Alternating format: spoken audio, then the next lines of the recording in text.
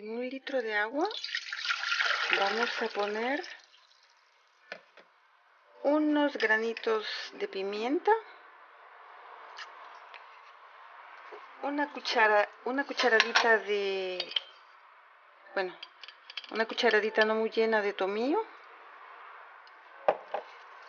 una bolsita de manzanilla porque no tengo manzanilla en flores sueltas, y una ramita de canela.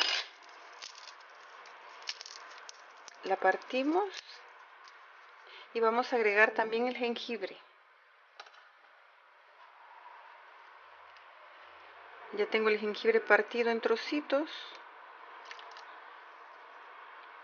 Y ahora vamos a ponerlo a hervir durante 10 minutos. Ya tengo servido el té en la taza y ahora le voy a agregar la mitad de un limón. Si no les gusta el sabor así muy fuerte, le pueden agregar también miel de abejas, que es muy buena para la tos, para el pecho, cuando hay también problemas de malestar en la garganta, dolor de garganta. La miel va a ayudar a desinflamar. Así que ahora vamos a darle la taza de esta bebida a la persona que está con tos.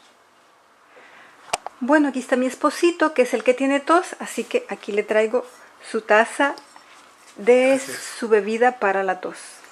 Gracias.